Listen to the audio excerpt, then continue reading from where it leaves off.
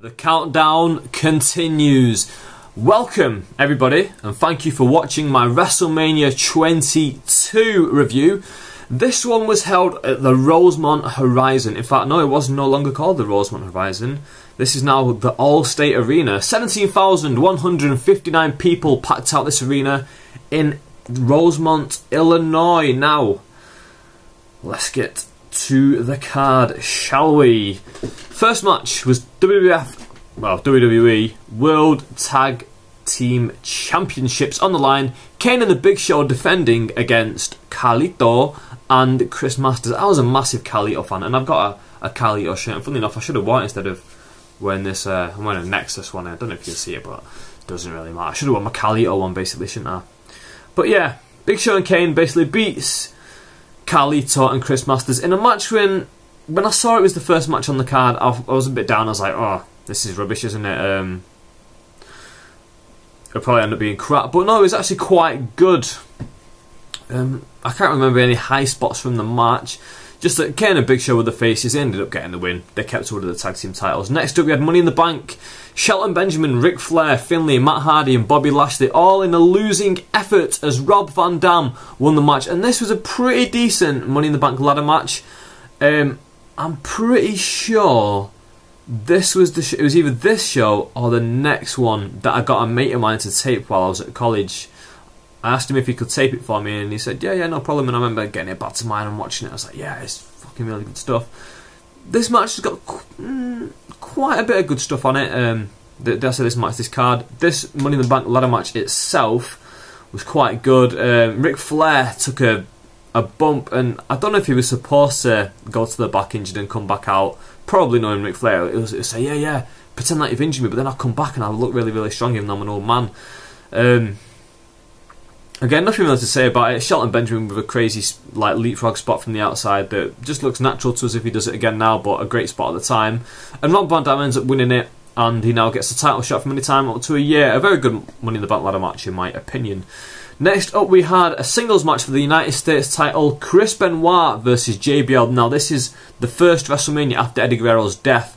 And part of the reason in the storyline why these two guys are going against each other was because of Eddie Guerrero.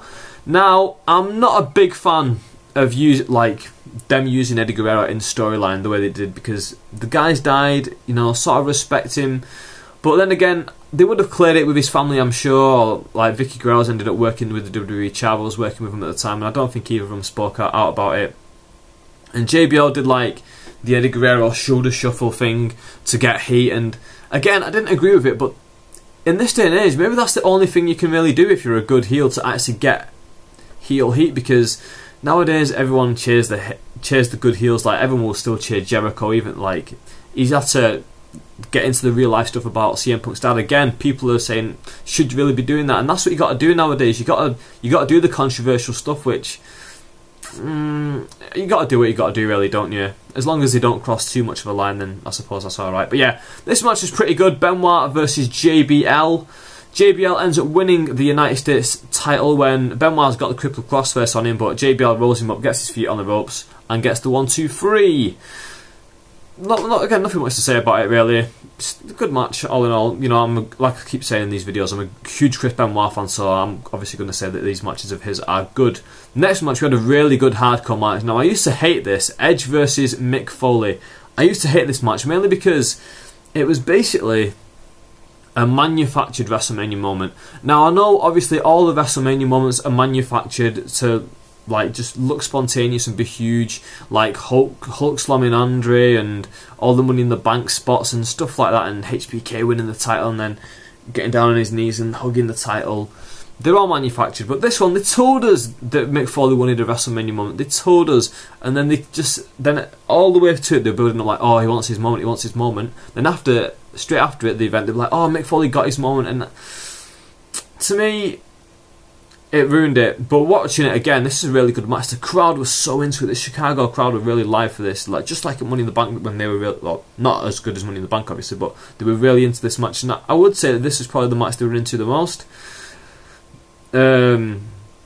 Edge ends up getting the win. There's a spot in the match where he spears Mick Foley through a burning table on the outside. That was the WrestleMania moment that then talking about. Next up, a handicap match. Booker T and Sharmell lose against the Boogeyman in a match that I thought was stupid and shit. I don't know why they put the Boogeyman over Booker T. Maybe they had big plans for the Boogeyman. I don't think they did, but maybe, I don't know. Next up, Mickie James, who looks fucking great in this match, like both in terms of looks and in terms of ring work, and against Trish Stratus for the women's title. Now, Mickie James beats Trish Stratus. Mickie James is the heel at the time, and Trish Stratus is the face. This is probably the best women's match in WrestleMania history. The crowd basically turned on Trish Stratus and were cheering Mickie James, which I thought was fantastic. But yeah, Mickie James did look really good in this match, I have to say that. I'm not really a big fan of her. Well, not really a big fan of her, but yeah, she looked fantastic in this. And yeah, she beats Trish Stratus. The only thing that let this match down was the commentators. JR and Jerry Lawler, they don't really know how to react when the fans are cheering for the wrong person. And especially back then, the WWE was trying to like go really against it, because obviously with what was happening against Cena, even though he was the top face, it still happens to this day to an extent, doesn't it? But not to the extent that some people would like. But yeah, Mickie James beats Trish Stratus, and this is the match I was happiest with on the card, if I'm totally honest. Next up, casket match. Undertaker beats Mark Henry in under 10 minutes. This is when you can really see the Undertaker's really on the decline. You know, he's starting to look his age now, and he's starting to, you know, look a little bit like he's on his way out. Mark Henry, again, the crowd were booing Mark Henry, chanting Mark Henry sucks. He's come a very long way in this shot, well, in the last 5-6 years.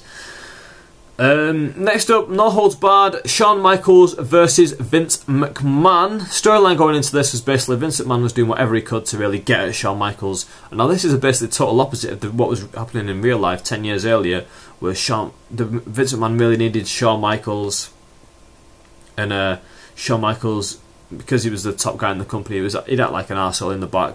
Well, now, fast forward about 10 years, and in fact exactly 10 years since WrestleMania 12, Vince McMahon is on screen acting like an arsehole to Shawn Michaels, like, no, you need this job, I don't need you, blah, blah, blah, blah.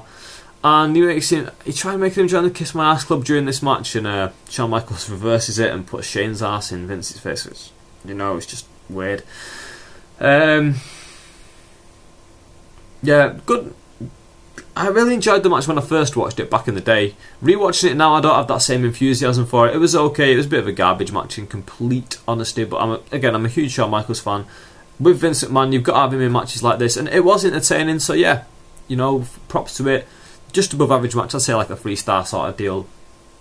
Next, actually, this is my favourite match on the card. It could have gone a bit longer. Rey Mysterio, Randy Orton, and Kurt Angle. The work between these three, the chemistry they had in this match was out of this world. Again, when I saw this was on the card, I thought, no, I don't think this. I'm not really looking forward to that. But then as soon as I started watching it, I remembered it. I remembered it from 6 years ago, and I was like, wow, this is a really good match. Actually, I remember it being really good, and the moves and the way they transitioned from move to move was fantastic. I really recommend this match. Probably Randy Orton's best ever match. Off the top of my head, I can't think of him having a better match with anyone. Maybe with Christian when they had that series this year, but this is a really good match. Probably Randy Orton's best match. Kurt Angle and Rey Mysterio obviously have had loads of great matches, but yeah, definitely Randy Orton's. And Rey Mysterio ends up getting the win after he won the Royal Rumble. Again, they put him in a triple threat match. People were saying that he only got the push because of Eddie Guerrero's death. Maybe that was a contributing factor, but you can't really take away from Rey Mysterio and how good he is in the ring, can you? Penultimate match, Tori Wilson beats Candice Michelle in a Playboy pillow fight, which was awful, awful, awful, awful. Yeah, no time for this whatsoever. I think I actually fast forwarded through this when I got the tape off my mate, and he taped WrestleMania for me, and I watched it the next day or like a few days later. Finally, WWE Championship singles match.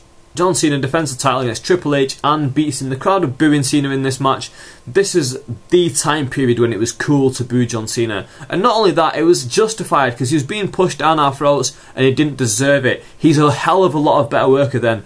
People don't like to give John Cena the credit that he deserves now and still think he's the same guy from, what, 6 years ago? It's 6 years since it's been popular to boo John Cena. He's a lot better worker now. He can do a lot better stuff. People need to get over it. Especially like now it's starting to get popular because The Rock's around again, but now it's sort of popular to be The Rock as well. This is an okay match. It sort of dragged. I couldn't really wait for it to finish, and John Cena ended up getting the win. This was in Chicago, and I believe this was the event where... sorry, because I've watched all these like sort of together. They sort of jumble up into one.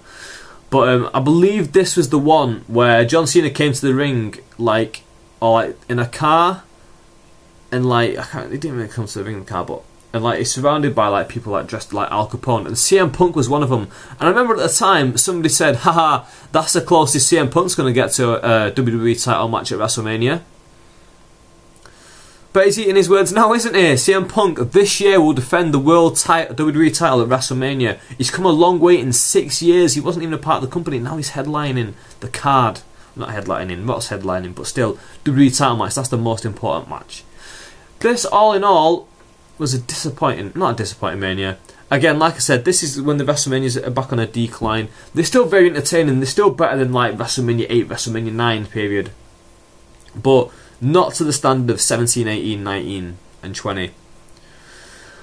All in all, I would give this card about a 6 out of 7. Overall thoughts of the card, again, Mickie James, Trish Stratus match, very good. Money in the Bank, very good. Benoit match, always fantastic.